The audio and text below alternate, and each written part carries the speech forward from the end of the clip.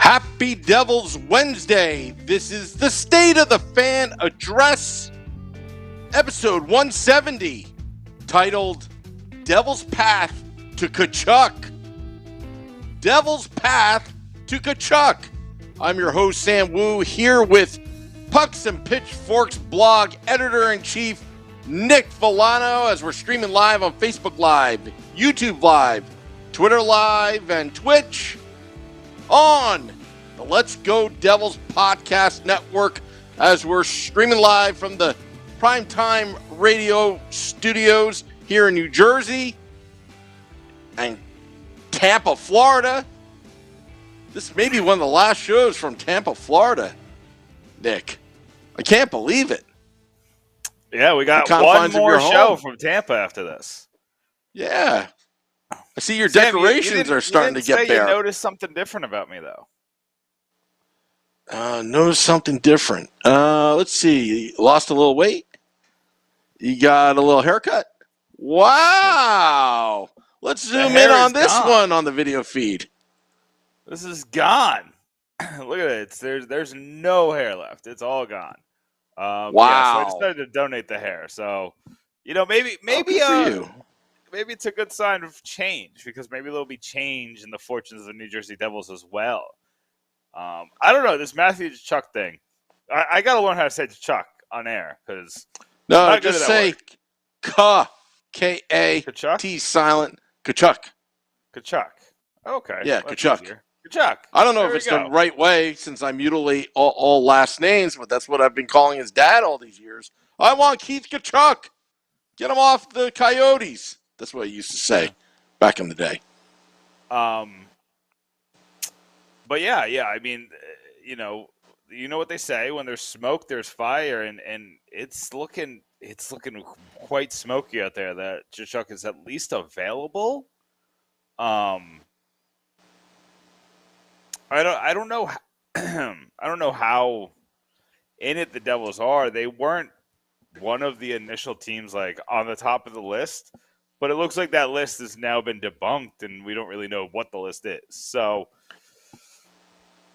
it would be hard pressed for me to say the Devils shouldn't be front runners, because they have maybe the Kings could match a package that the Devils could match. It all depends on what they're willing to give up. Are you willing to give up Jesper Bratt? Are you willing to give up Alexander Holtz? Are you willing to where's the line? Are you willing? You're gonna have to give up the 2023 first round pick. That's just a no-brainer. That's gonna be part of the deal. But what else? What are you willing to add on top of it? Everybody's going to be putting their 2023 first round pick in a Matthew Tkachuk deal. Are you willing to do the first Alex Holtz, Muk Madulin, and Igor Sharangovich? Are you willing to do that? Are you willing to go that far? Are you willing to go 2023, 2024 first round picks on top of, I don't know, I'll tell you what. Thompson, Nolan Foote, and I'll tell you what. Somebody brought this up, and I thought about it because I misspoke on the Woo Report yesterday about Nico Hischier. Mm-hmm. If that was the deal breaker, but you're not giving up your 2023 first round pick, but you're giving up a lot, I may think about it. I didn't say I would do it. No, I don't think you The only person untouchable is Jack Hughes. You just named Nico Hischier captain. That's not a good look for your franchise and organization. And there's already a little bit of a reputation. Yeah, but you know what? We all know that it's Jack Hughes' team. Yeah, but Jack Hughes just didn't arrive at that point. Here's the thing. So, look at the Colorado Avalanche. Colorado Avalanche won with Gabriel Landeskog as the captain, and he's the captain. Nathan McKinnon's the best player on the team. Cale Makar is maybe also the best player on the team. But very true. Landeskog is it's a piece that they had. They went above and beyond to make sure they did not lose him last year in free agency. So I don't think I don't think that you're trading. I don't think that Hischier's even on the table. I think that the one that would be interesting is if Nemitz is on the table. You just drafted Simon Nemec and you just had him at development camp, you played him up. Are you now dangling that again? There was word that the Devils did offer the second overall pick, and that's who they took with the second overall pick. So if you're trying to get Tkachuk before and now you already made the pick, it's hard. That's going to be a hard move to make, but you were already willing to make it before. You were already willing to say goodbye to the possibility of Simon Nemec before. Now you just have to figure out whether you're willing to do it after you made the deal. I would need guarantees that Tkachuk is in New Jersey for at least 6 years, if you even fork over. He needs to sign long term. You can't do the 1 year deal. Yeah. But and if you're going to give go ahead. No, I mean, I guess I was about to misspeak and say that he could sign but he can't sign the qualifying offer anymore because they filed for arbitration. So that's correct. That's no longer an option. That's correct. But if they get to arbitration, he can only sign a 1 or 2 year deal. So you need to come up with a long-term deal before you get to arbitration. Or during arbitration. I think if you can do it before a ruling happens, then you can sign a long-term deal.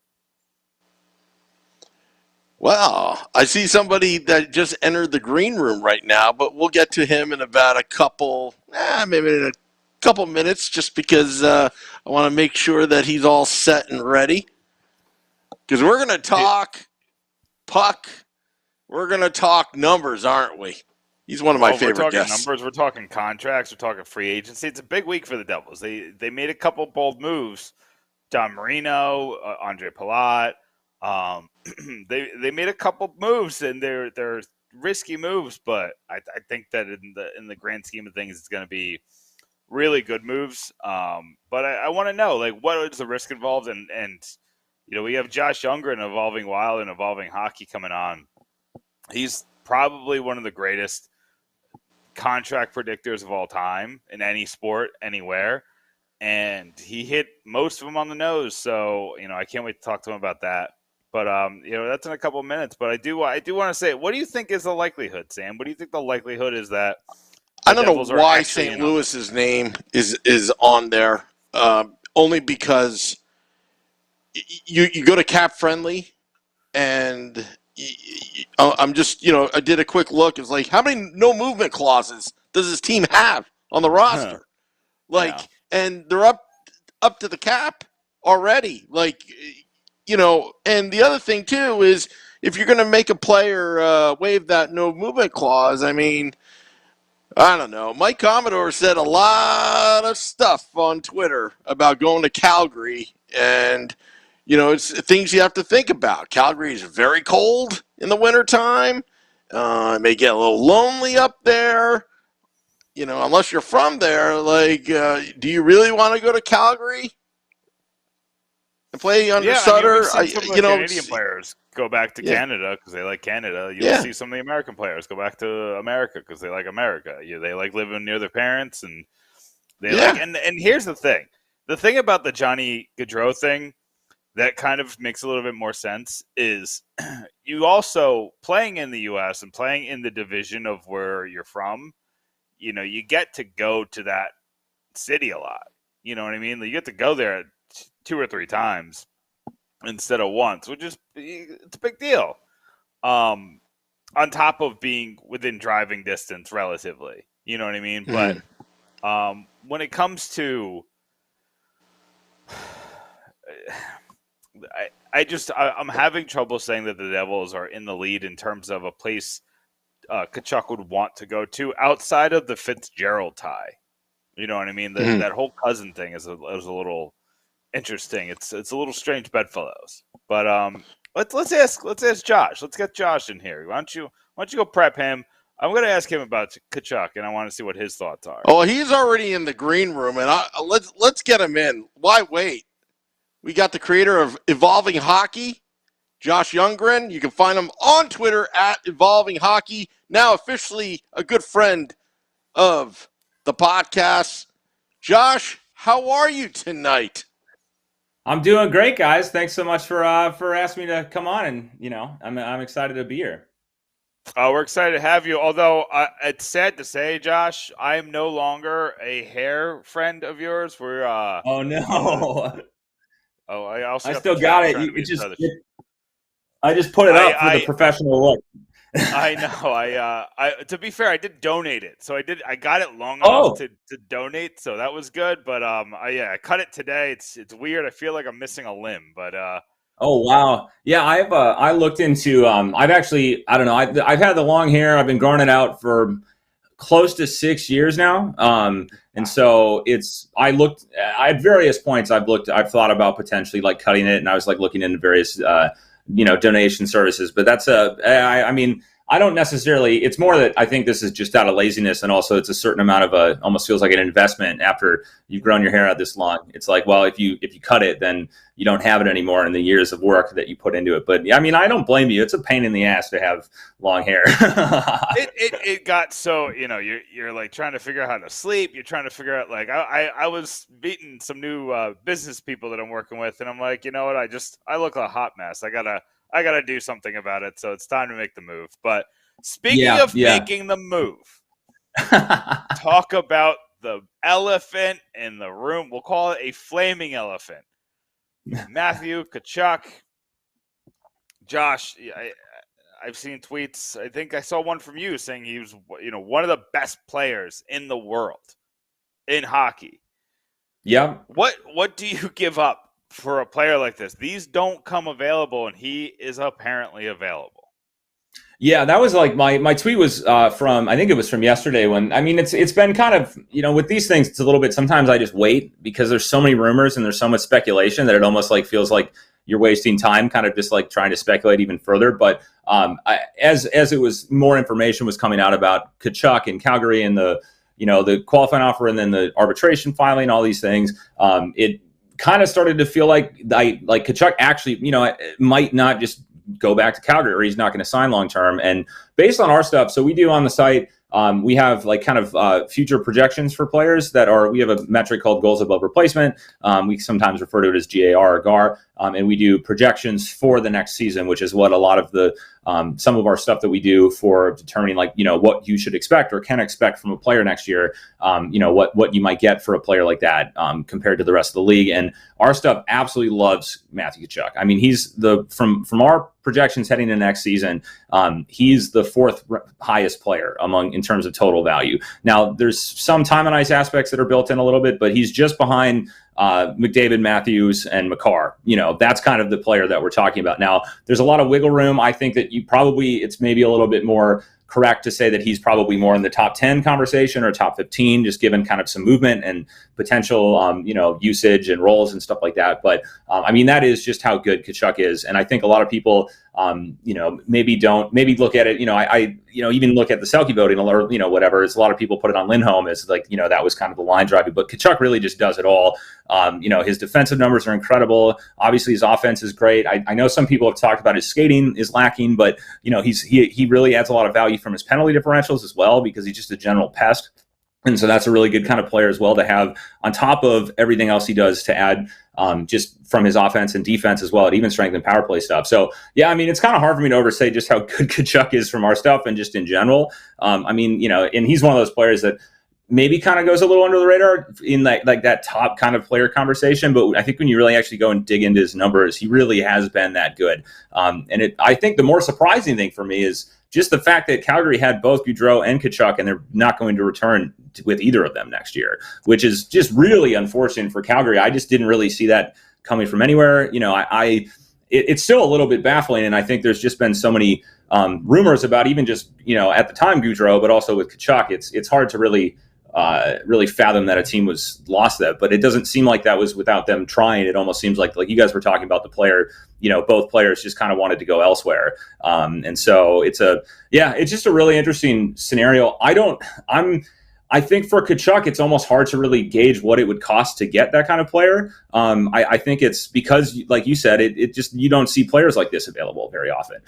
If ever. I don't know the last time that a player like this I don't know what's going to happen in the future, but it does seem like he's not going to be on Calgary long term. And so I think pretty much every team that has the space available to go after him should be trying to. Yeah, absolutely. I think all 31 other teams are calling and asking, except maybe like an Arizona who just knows like we have no shot at this. He's not going to come here. But at least 20 teams have called Calgary. They've called Brad Treliving and been like, "What is the cost?" And I'm trying to figure it out. I mean, is there anything you'd say no to short of Jack Hughes? Like Sam even said that he would consider Nico Hischier. I said that I would consider Jesper Bratt and a first-round pick and more. I wouldn't want to pay that. I would rather pay like a Holtz or a Sharangovich, or maybe you trade Seversons for more draft assets and you just bundle 3 first-round picks. Like I'd rather try to do something like that, like future assets to help them in the future. I'd even trade Nemitz, the guy you just drafted. But what would you do? Would you sell my initial hunch was that like Bratt seems like kind of the kind of player that would be the requirement. I mean, it's a little. It depends because Bratt's obviously he's an RFA. He doesn't have any time left, so you would be essentially signing for his rights more or less, or you'd be trading for his rights in a way. But I think that kind of I think that Hughes is probably a little steep for Devils. I would think like that seems like a player that they would maybe just not want to, like you'd want to add Tkachuk to play with, to have the kind of, to be able to play with the top players on the Devils. But I think that Bratt in the first sounds like, and maybe some more. I think a lot of it is there's some prospect stuff that again we're pretty vocal that we don't do prospect analysis. So I have a joke that whenever there are picks or prospects involved in a trade, I don't really know what to do with it because I really don't have a good evaluation like in terms of like what the actual values of those players are or those picks would be. And I think for the Devils, it kind of depends because are they going to be, is that first round pick going to be a little bit lower in the draft if the Devils get better? That kind of stuff is hard, kind of can be hard to evaluate. But it seems like what the reports were, and I read some reports about what potential ask for what the return would be from St. Louis is, like a high end, like younger player and, maybe a prospect and a couple picks or more. There's been a lot of speculation. I think I saw some discussion going around about Detroit as well. And like some other, like what would they have to give up? But to me, it seems like a Hughes or Bratt seems kind of like the starting point for Calgary because they're probably looking to bring in a player who can more or less fill in the absence of Tkachuk, I would guess. But there's also a lot of talk about potentially Calgary, like, are they going to have to retool? Or are they going to have to rebuild? Is that the direction that they're going now? Which seems kind of absurd to think about given the season that they just had. But when you're losing, 2 players like Gaudreau and Tkachuk, it's tough. So I don't really have a good answer, I guess. But it seems like it would probably be a big ask in general. But there's a lot of moving pieces there, so it's hard to really kind of pin down. Yeah. The Calgary stuff is crazy. It's wild. I don't know what, and then there's the price. Once you get him, he's not under contract, and I'm assuming he's north of 9, right? Like 9 is the starting point. Yes. Yeah, I could go into our projections a little bit here, but like you mentioned ahead of time, we do contract projections on Evolving Hockey that we use data from CapFriendly, which is really just an incredible site. And we make a model that essentially projects most likely contracts that are based on historical signings. So it's kind of I think a representation of what the market ask would be for a player. And we have various, attributes that we can adjust. So if a player is signing with their previous team or a new team, are they signing in, say the start of free agency, or are they a holdout? Is it an in-season thing? But right now, I think Tkachuk was our highest projected contract overall because it was the model for a player like this. Historically, these players sign full 8-year deals with their prior team. RFAs who are as good as Tkachuk, they almost always sign a full-term deal at a very high price because teams don't let those kind of players go. So, but if we essentially assume that Tkachuk is not going to, say we just say that Tkachuk is signing with a different team, we have his most likely deal as a 7-year, a little over $10 million. That's like the most likely deal for Tkachuk, which seems high, I think, for a lot of people. But when you really just look at like the things that players get paid for, which is, their age, their position, but then also their points and their time on ice. And there's some other things that go into the model. I mean, Tkachuk just basically checks every box to get a massive deal. And so that's kind of the start. Now, there's a lot of, I think there's a lot of, I don't know. There's a lot that go into this that I think could potentially alter that, and I think given the environment right now, it would make sense to me that he might consider a short, like it might be less because he's looking to leave. He doesn't have, because he's an RFA, he doesn't have as much of a bargaining power to be able to kind of drive his value there. But that's about the ballpark. I think that I would expect a player like that, what they would usually sign in this position. Now, I think that there's a lot of, like I said, there's a lot of moving pieces. So if he's like potentially in the mindset of trying to sign like an Austin Matthews type deal, which seems to be a pretty common contract for very high end RFAs right now, who sign, maybe they don't sign full 8 year, they maybe do a 4 to 5 year deal at a higher level. We would have a projection would drop down to something like in the $9.5 million range. So it kind of depends what Tkachuk is looking for and like where he wants to go. But that's one of the trends that we've seen a lot among high end RFAs. Like right now, Robertson is with Dallas is also in a similar situation where the model is a little bit more confident that he's going to sign a shorter deal than an 8 year deal. So I think somewhere in the ballpark of like 9 to 10.5 seems reasonable. And I think the term is going to be the big thing that I would be interested to see if there's any information or if there's any indication of what Tkachuk is looking to do from a kind of a length of the contract. Yeah, I mean, I would love to have him for the full 8 because I think he's going to be great for the entire thing. I don't think that contract's ever going to be an overpay, even if it's 10.5. Yeah. Barring injury, obviously, but and that's the thing. It's not to interrupt you, but that's the thing. It's with these kind of players is it's hard to overpay them. They just add so much value from an actual, like, just compared to their peers, compared to the population and what they're able to do in terms of, from a consistent standpoint. Now, obviously, injuries are, like you said, are a huge deal. I don't think Tkachuk really has much of an injury history, if I'm remembering correctly. I don't know. I guess I'd have to go and look at it, but yeah, it's hard to really overpay these kind of players. It just is. So I'm gonna, because I don't want to take the entire time talking about Tkachuk, but I do, there's a lot to get to. I want to talk about Palat because the Devils gave him the bag. 5 years, $6 million per. He's a player who he's got an aggressive style. He's over 30. You're paying him deep into his 30s. What are your I mean, that was, close to your predictions. So, you're almost right on the nose of that. That's why I called you a wizard when I saw the prediction that you had for the contract. But what were your thoughts as the contract was solidified? What were your thoughts on that deal? Well, my initial reaction was just kind of surprised. I was like, wow, because it was interesting. Especially the first couple of days of free agency, we're always monitoring our model just to see that it's doing well. One of the things is that we take it extremely seriously because in a way that we're like projecting people's salaries kind of. So it's like it's something that we take pretty seriously. So when I saw the contract, I was like, oh, number one, I'm glad that we got it pretty much spot on, which is always nice. But the second thing I think was I went and looked into Palat's numbers, and he's been really, really good for the Lightning. And I know that he's older, but he's been a consistently good defensive player for them. And I think everybody knows, with just like his, he's definitely got, I think, I don't really want to say narrative, but there is kind of he's kind of a known, like, I don't know if grinder is the right word, but he just has kind of a harder style. But a lot of that is just from his defensive play. And he's also very solid at driving just kind of general offense as well. So I think, like you mentioned, he's older. I don't know if is he 31, 30? I can't quite remember his age. 31. Okay, yeah. So obviously, he will be, getting into the mid 30s, and that, we start to see players drop off. But I think with defensive players like this who've consistently been good this way, there usually is a little bit more repeatability. I would be my hunch a little bit. And also he's just been pretty consistent in terms of how he plays the game and how he adds value overall.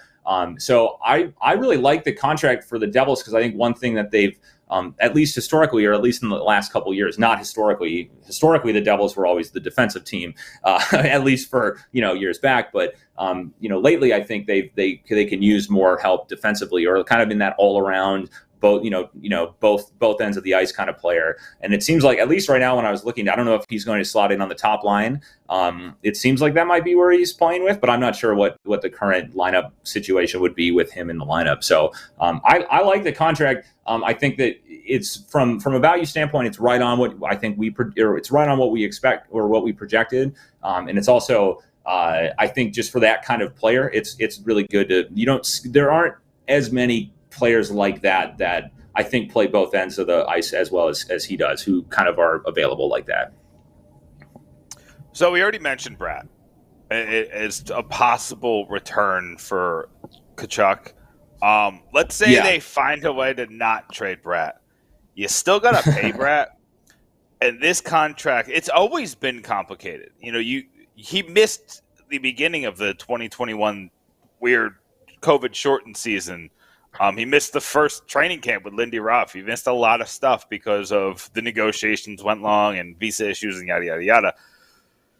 This one, it looked like it was a done deal. There was even Devils sources coming out saying they thought that the framework was done, and now it's not.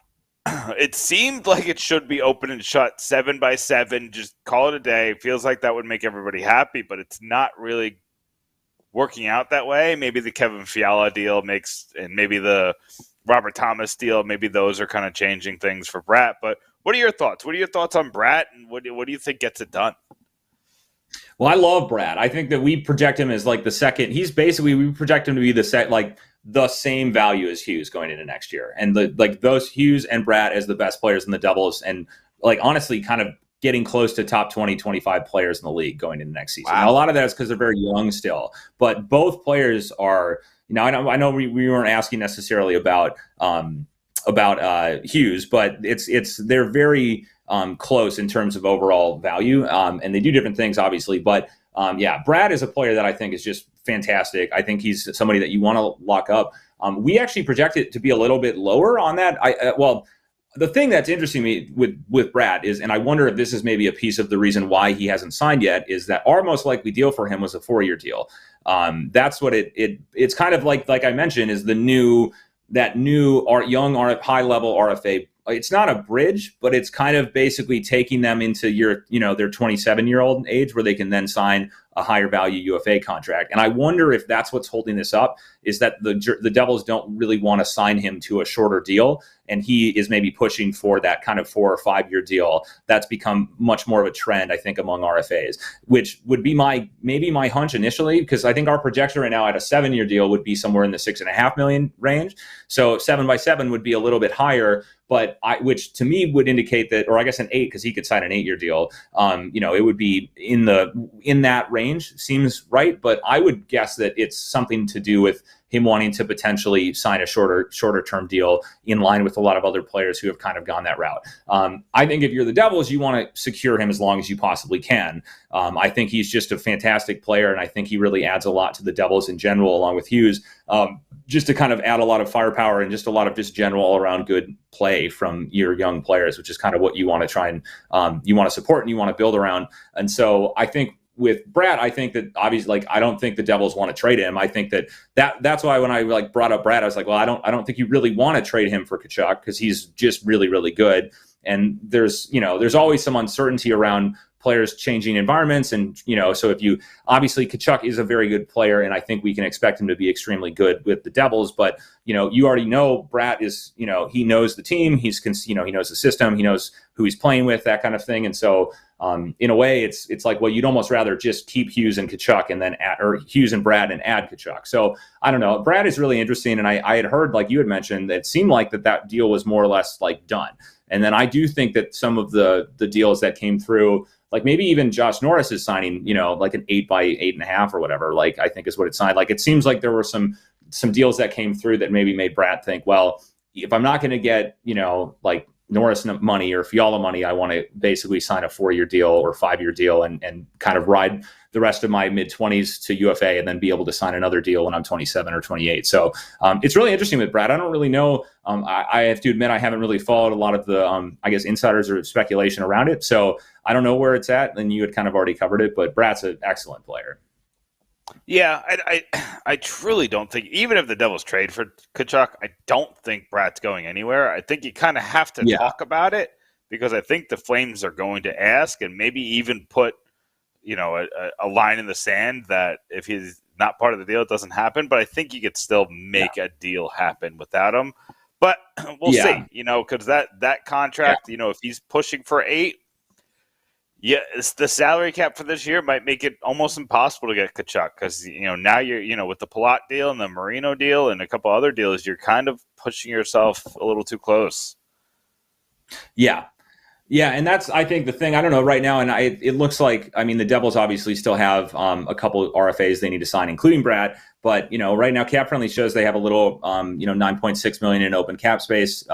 So if say you're getting Bratt, who's going to cost probably somewhere in the $6 to $8 million range or whatever, then that's basically the remaining cap they have to sign Bratt. And then what are you going to do with how do you fit Tkachuk? So it's just tough. I think that's what we've seen is actually the model has overall, the contract model, there's been about 180 contracts signed out of the 400 players that we projected.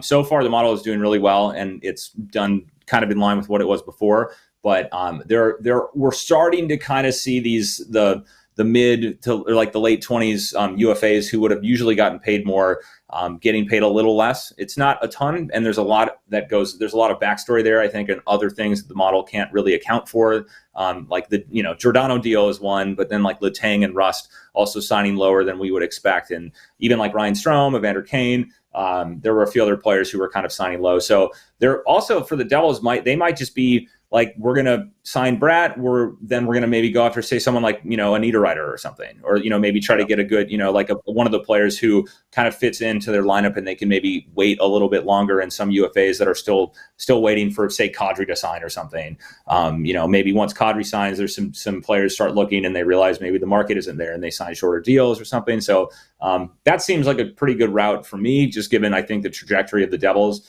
And they got Vanacek as well, right? So there's at least the goaltending is maybe I think Vanacek's pretty solid. I don't know. I think the Devils are a really interesting team, and I think they have a lot of they just have a really good future, I think, for going into the next season or two. Now, before I let you go, I would be hamstrung to not ask what contract that was signed this free agency. There's always one that's kind of like you just look at it sideways. What contract was signed that kind of made you just be like, what's going on there?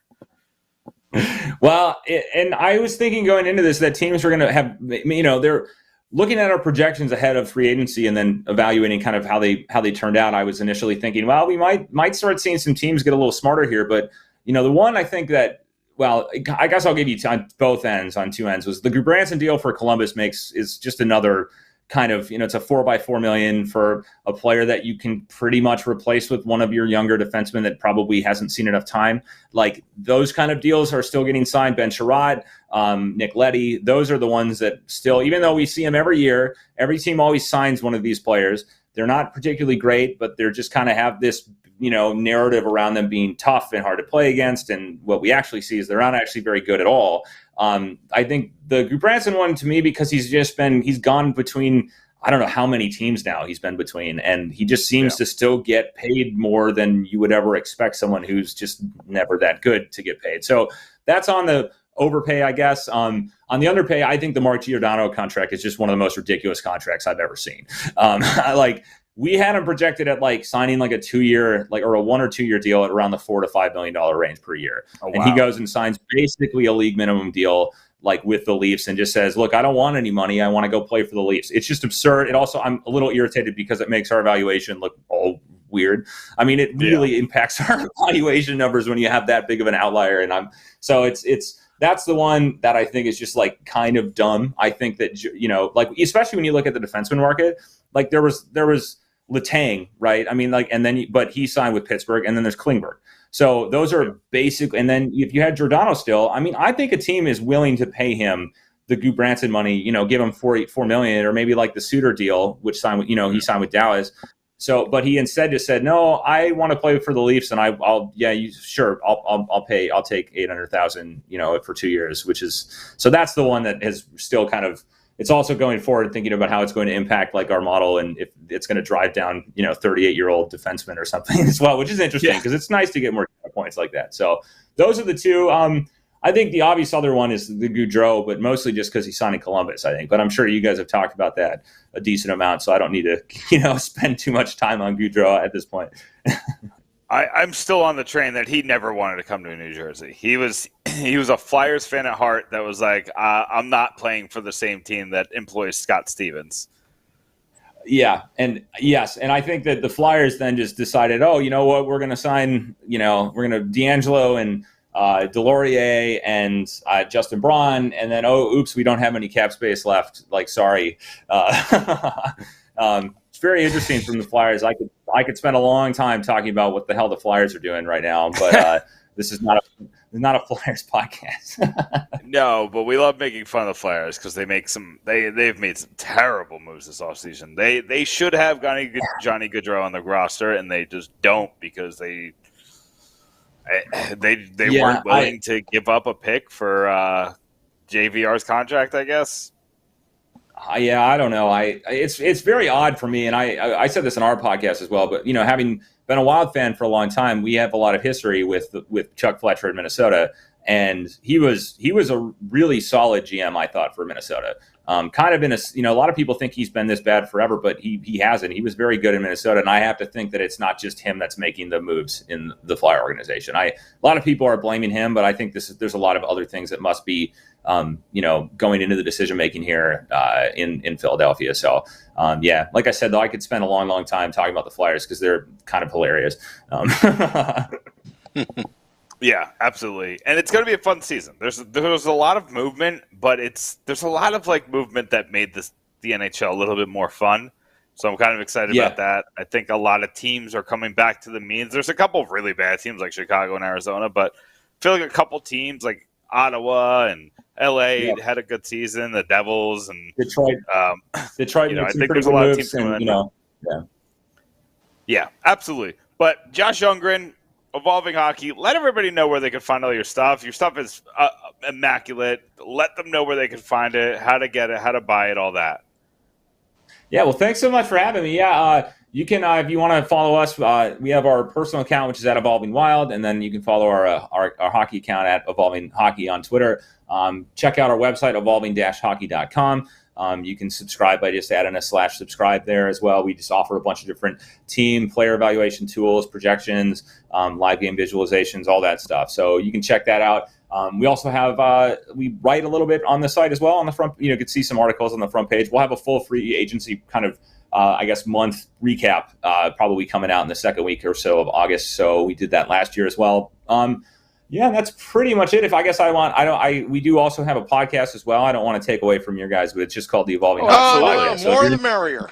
More the merrier. Plug away. If you're interested in a more stats kind of focused, or a straight pure kind of hockey stats type focus with a little bit of kind of rambling and random commentary, you can go check out the Evolving Hockey Podcast as well. Josh Youngren, Evolving Hockey. Thank you so much for coming on, talking contracts. We're going to have you on again soon. We love having you on. You're one of our favorites. And definitely subscribe to Evolving Hockey. They do great work. Pay their bills because they deserve it.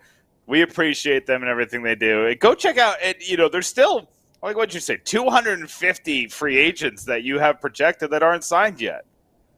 There's a lot of free agents left. Like I said, we projected about 415, I think, or 420, something in that range, and about 180, maybe 190 have signed. So there's still half the free agents that we projected are still available. So a lot of stuff left in the summer. It seems like it's kind of slowed down a ton, but I assume that there's going to be a lot more movement in the next couple of weeks. So go check them out on our site if you're interested. It's going to be an interesting couple of weeks, and we love talking to you, Josh. Thanks so much for coming on. Yeah, thanks so much for having me. Thanks, Josh. Josh Youngren, creator of Evolving Hockey. I'm gonna have to whip out the credit card now. I'm gonna have to start buying. They should. I mean, we bring on the subscriber only people, and they're just so good. A lot of them. But I mean, Evolving Wild has been one of my favorites for a long time. I'm glad we got to get him in the rotation and kind of bring him and his brother to light and kind of show the work that they do and kind of give it the advertisement that it deserves. He deserves to be promoted.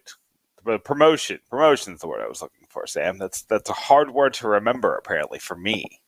Maybe all the power was in my hair, Just Sam. plug. Maybe it was in the hair, and now that it's gone, you know what? I'm You're just gonna be different. You're a different podcaster now. I don't even know who you are. Who are you? I'm a terrible podcaster. I'm awful. I do want to say, speaking of subscribing and all that, you should subscribe to this podcast. But we got to talk about the numbers. The numbers have been outright insane. Everybody's reading, everybody's listening, everybody's watching. It's the off season numbers.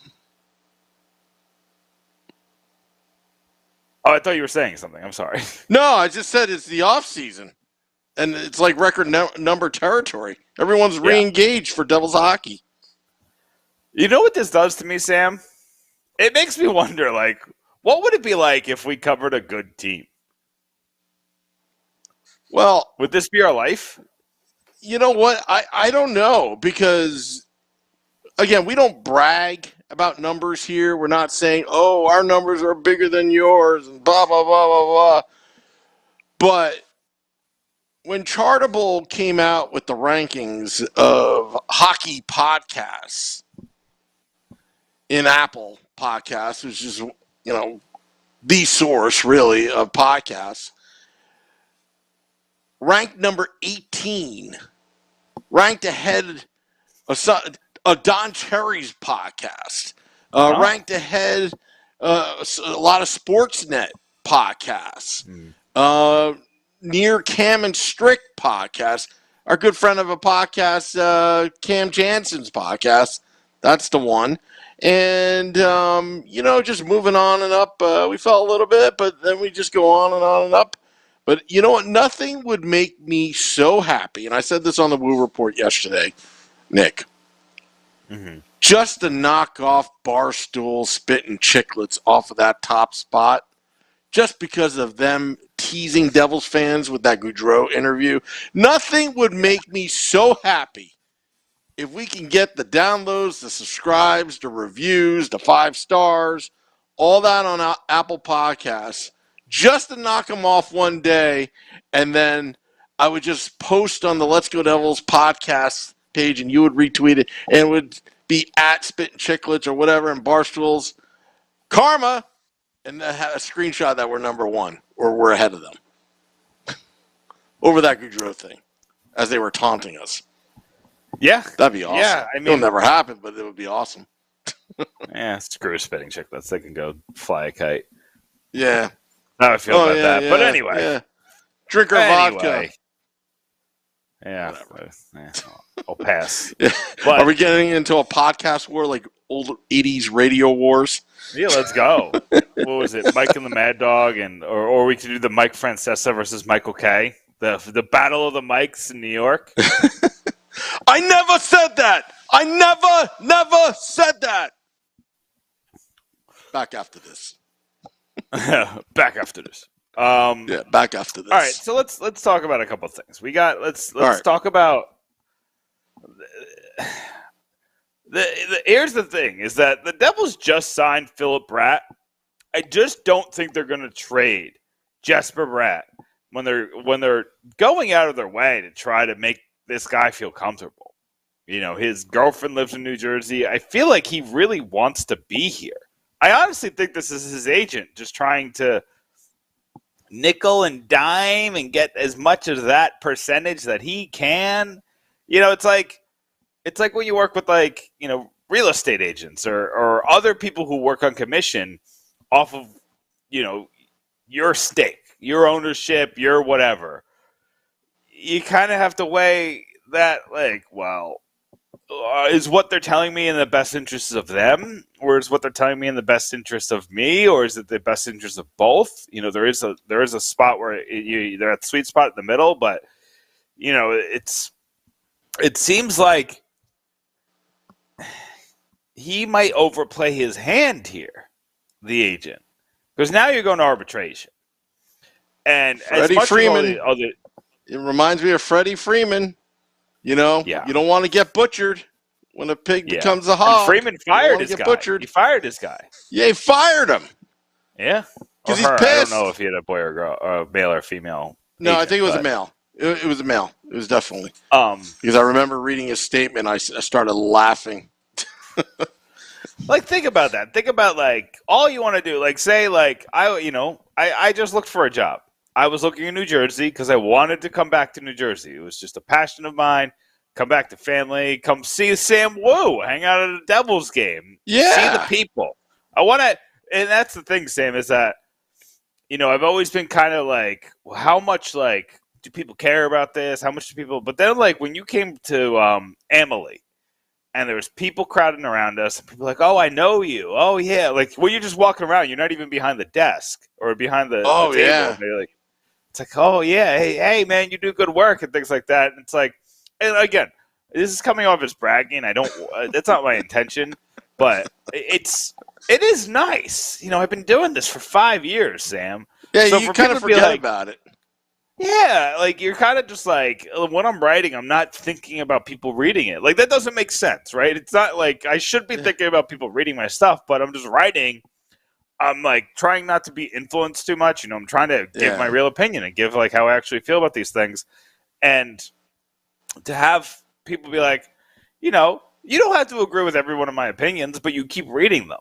You keep, you subscribe to them. And if you want to yell at me, if you want to agree with me, if you want to cheer me, it was funny. I wrote all those Matthew Tkachuk trades, and the passion that people had about it one way or the other from my followers, from our followers, from the people who subscribe to what we say, it's so interesting because it's like, I know, like, how many social media followers they have. I can kind of put that to a number and, like, kind of make it make sense. I know how many people read the content, but, like, when you put it all together and kind of see how your opinion might change somebody's opinion, and then other people's opinion changes my opinion. A lot of people we have on here, I trust them more than I trust my own opinion on a lot of these things, but I formulate my opinion based on what a lot of these people say because I trust them, I believe in them, and if Josh and the Evolving Hockey guys come out with something that I'm like the total opposite about, I'm usually looking at myself. But it seems like that some of the things that we do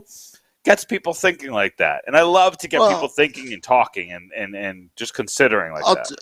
I'll tell you, going back to the Amelie Arena thing, I don't know if I ever told you this, but, we were setting up in the middle, like right at Thunder Alley. Yeah. And remember how I was setting up and I said, Nick, watch my stuff. I got to go because I have to go to the bathroom because I've been there for 2 hours setting up. And I'm like, doing one of these, struggling to hold it in. And then you go to the porta potties and every single porta potty, I don't know why, had a padlock on it at Amelie Arena and Thunder Alley. And the worst part of it all is the few Devils fans I ran into. Hey, you're Sam Wu. Hey, can we get a picture? Blah, blah, blah, blah, blah. And I was struggling. And then when I got to the bathroom at the box office, I went to VIP. I told them I was with Tampa Bay Lightning. I was setting up outside. Just need to go to the bathroom. Okay. They're rushing me in. And I'm waiting at the door. And who comes out? A Devils fan. And he's like, hey, you're Sam Wu. And I'm like, yeah, got to go. And then just booked it in the bathroom. I swear to you, it's very humbling because people like your work, but a lot of times when I do this podcast, some people may consider it as trolling, but I like getting different points of view on one topic. I don't want to beat a dead horse and just follow me and be an influencer. We're not influencers here. We're not trying to be. We just want to talk Devils hockey. Sometimes when you and I discuss, I'll take a different viewpoint just to see what you would do. That part I'm kind of trolling, but I'm also bringing discussion as well to the table. Just like Nico Hischier, trading Nico Hischier for Tkachuk. Of course you wouldn't do that. But you know what? Gets you thinking outside the box, though. It does. Yeah, and that's the How thing. far would you go? But you know what? They're going to ask. Brad Treliving's going to be like, oh, you want Tkachuk? Okay. Nico Hischier next year's first. And they're going to be like, no. And Treliving knows that. but you're setting the standard. Then I'd be part like, of the negotiation process. I'll throw Andre Johnson over back to you to help you out with your accounting, and you bring back Blake Coleman the other way. Yeah, I don't know. I'm just making up stuff, but I got to tell you. And you know what I thought of, Sam, in this whole Tkachuk thing, and this is where the numbers start to get wacky doodle, because then you got to trade probably Severson to another team, and you got to trade Johnson somewhere, and you might have to also trade Tatar. But what if Calgary is truly trying to tank? Do you add Mackenzie Blackwood to the deal and ask for Markstrom back? Wow. Because then all of a sudden, the one thing that could possibly derail your entire season can't, barring an injury. People like Vanacek. People like Blackwood. Everybody likes Markstrom. He might not be as highly regarded as he's given credit for. Maybe he's not a Vezina candidate like some people are considering him. But he's top 10 goalie easy. Probably top 5. Mm-hmm. And he's a guy you never thought was going to be available, and all of a sudden the Flames, like, why are you going to rebuild? Sam, we saw what happens when you rebuild with an elite goalie. We saw what happens. You lose out on a chance on Connor McDavid, and you get Pavel Zacha instead.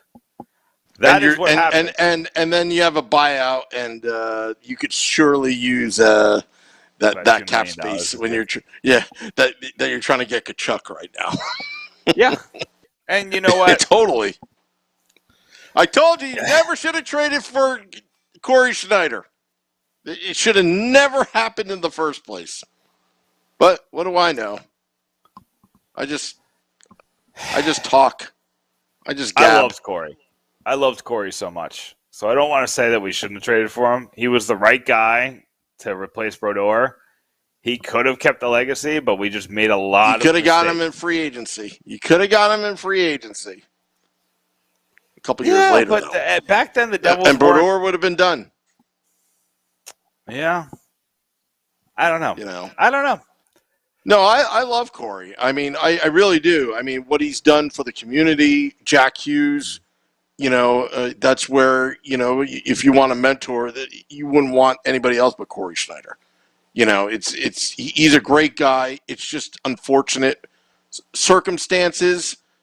But, again, I'm talking from a business perspective and also from a hockey ops perspective, that I just thought that trade was unnecessary by Lou at that time. Corey gave his best, but guess what? The team wasn't really going to go anywhere. Just let Marty just live out his Devils career and not have to go over to St. Louis to, I don't know why he went there, Yeah, I don't know what he was trying to accomplish there. It was clear that it was, And good on Brodeur for realizing it was over and not because Brodeur could have stretched. Well, he got a shutout out of it. He got a shutout out of it to add to his stats. He did 125.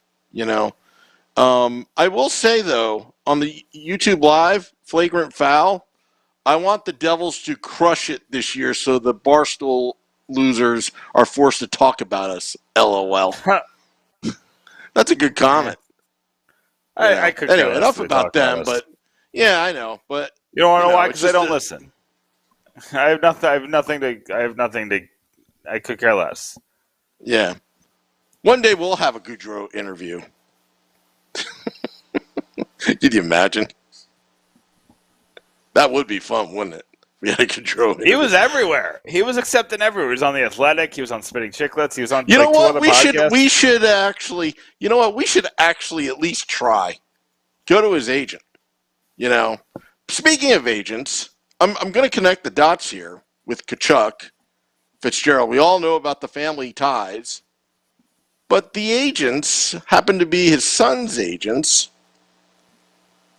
Fitzgerald's son? Casey. Oh. I believe so, Casey. And it also happens to be Matthew Tkachuk's agent. Maybe we should give that guy a call. Get some interviews going. You better look that up and verify that, because I thought I actually went to, was that puckpedia.com or something like that, and then I saw that, but I was like quickly going through my phone, and I'm thinking, let's connect the dots here. We've got an agent, we've got family. Oh, the Devils have assets, all that, because that whole St. Louis rumor thing is got to be somebody feeding these reporters a bunch of baloney, hogwash, is what I would say, just to spur up the conversation. But really, the economics don't really work for St. Louis, because how do you trade for Tkachuk when you've only got $500,000 left on your cap space? You still have to sign players, and half of your roster, especially the defense, have an NTC. Yeah. The no movement, no trade clause. So I don't know how that's going to work.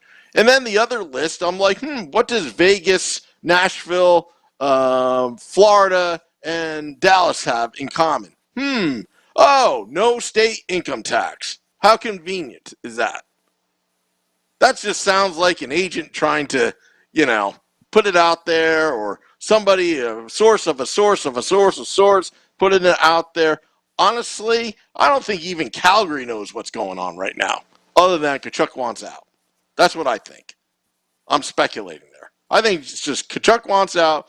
Calgary's still reeling off of losing their girlfriend, Johnny Gaudreau, their best friend, and, now you're going to lose both. It's horrible. It's horrible for Calgary. But at the same time, this is an opportunity. When one door, two doors closes for Calgary, many doors open. 2023. The Devils are the only team that can offer Calgary the Carlson type return. Mm-hmm. That's the only team. Everybody else is going to give you at least some semblance of risk.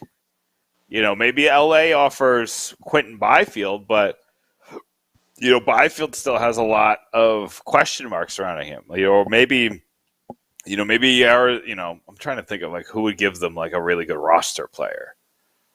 Fiala is the type of player that I'm thinking of that they can get, but it just seems like the Devils are the team that makes the most sense when in terms of assets. Who are the Blues going to give them? They're not going to give them Robert Thomas. Maybe, I know they're going to ask for Jordan Kyrou, but that's not enough. Who's Vegas? Vegas was on this list. Who is Vegas going to give them? Who does Vegas have? They also have I like it. And I like that. And New Jersey and the New York Rangers have interest in the past. It's yeah. The Rangers would provide an interesting, if they did Braden Schneider and, man, I'm trying to think, Lafreniere and a first, then you get maybe, interesting. And Capocacco, just throw them in there just for the heck of it. Yeah, that's an interesting deal. And if I'm the Rangers, I do that. You got to figure out the money. But if I'm the Rangers, I do that. I don't care. Lafreniere was just in kind of a weird draft, and he might not be the best player in that draft. Maybe he will be eventually, but it's not looking that way yet. Schneider is probably the best of those three right now, right? Of Schneider, Lafreniere, and Kakko. And Tkachuk might make the Rangers the best team in the East. If that happens, I swear to you, if that happens, I'm walking in Fitzgerald's office. He's your family, for crying out loud. You can't even get him. Rangers. Yeah, call your cousin up. Oh, could you imagine? I might have to take the year off. Yeah. I got to go into hibernation. Yeah. Be like, all right, Beer Baron will do the Woo report for the next year. Yeah, right. The Baron report. The Baron. All right, Sam. I got plugs. You ready for plugs? All right. Give it to me. Pucksandpitchworks.com. I'm going to do a couple fun things later this week. Maybe go over some of the best remaining free agents. But right now, it's all Tkachuk all the time. We got multiple pieces on Matthew Tkachuk on the website. We also have something on Phil Bratt, which was kind of interesting, from a brand new writer, Justin Perrett.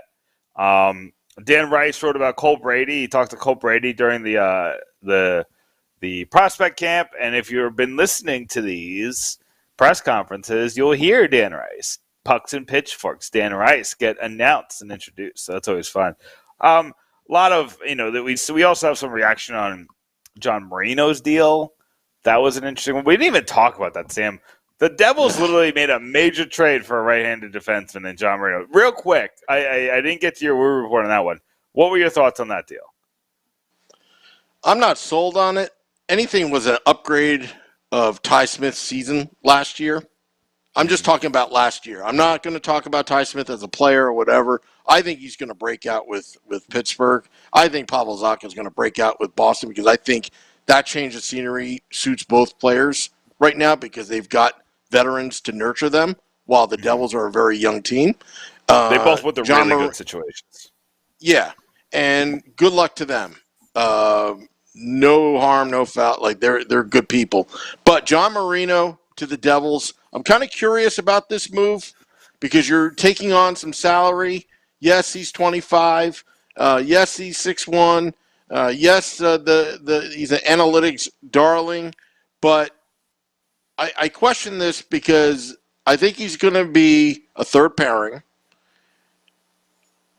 And I don't want the Devils to overextend him. If he's on the third pairing and he's steady and reliable, is what some people have said, then I'm cool with it. But some of the people that I've talked to, people in the media, my friends, a couple of friends that are Pittsburgh Penguins fans that know the hockey and know the Penguins inside out that actually played hockey. They think that Pittsburgh won this deal because of that draft pick. I don't know. I really don't know. I get different. Pick? Yeah, it's just, it's the salary cap. Like Pittsburgh kind of won there. With the salary cap, they shed some salary. They were able to make another move. Ty Smith does have potential. He's on his last year of his entry-level contract. I'm not saying that Marino is going to suck. I just have concerns about it. That's just my opinion. I don't want to say that I'm right and you're wrong. I hope I'm wrong. But I have some concerns about that because you've got him, at least with Ty Smith, all right, he sucks again. It's like, all right, either you trade him or sign him to a really, low-budget contract. But what Fitzgerald is signaling right now is accountability, and also we don't have time for you to develop. We need something now. We can't be giving up so many of these chances. And he was getting beat off the puck in his own zone. Like he was sometimes getting out-muscled at times where he was clearing the puck, bouncing off other players and clearing the puck, and somehow it just lands to the other, the opposing team on the point. Yeah, I agree.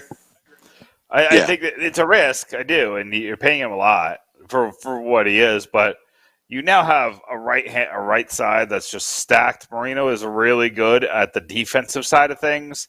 Adding him to Siegenthaler, like if you put him and Siegenthaler on the ice for a penalty kill, I don't think you're getting the puck to the net. So I think that they kind of I think they have that in mind. They have special teams in mind. They have defensive defensemen. You have one on each side, so you can pair one with Dougie Hamilton and then one with, Well, I mean, the left side's kind of interesting now with Ryan Graves and Brendan Smith. And I guess you put Marino with Graves, or maybe you make Severson play on his offhand. Because I think that would be if Severson was left-handed, that would be or maybe you possibly package him somewhere. I don't know. Yeah. I really don't want to lose Severson, to be honest with you, but when you got Matthew Tkachuk right there, yeah. I think and we've had his agent on. We've had his agent on. Yeah, we did. Maybe we should ask. Maybe we should have him on again. Be like, hey, how are you? He was a lot of fun to talk to. Yeah, we had a fun. Was. I'm going to try to get an agent on again. I'm going to work on that. I'm going to go work on that. Work on Tkachuk's agent. I'll work on it. All right, Sam. I'm done. All right. That's all I got. You're done? You're done? All right. I'm going to plug away. Just want to thank all those watching our podcast on Facebook Live at Let's Go Devils Podcast, Twitter Live at Let's Go Devils Pod, and our YouTube channel. Subscribe. YouTube channel, Let's Go Devils. Thank you, thank you, thank you, thank you. I'll be back tomorrow with the Woo Report, dropping the podcast at midnight for your morning and afternoon commute. But if there's a Tkachuk breaking news, having him head to New Jersey, we'll have it. Anyway, thank you, Nick. Thank you, everybody. Till next time, let's go Devils.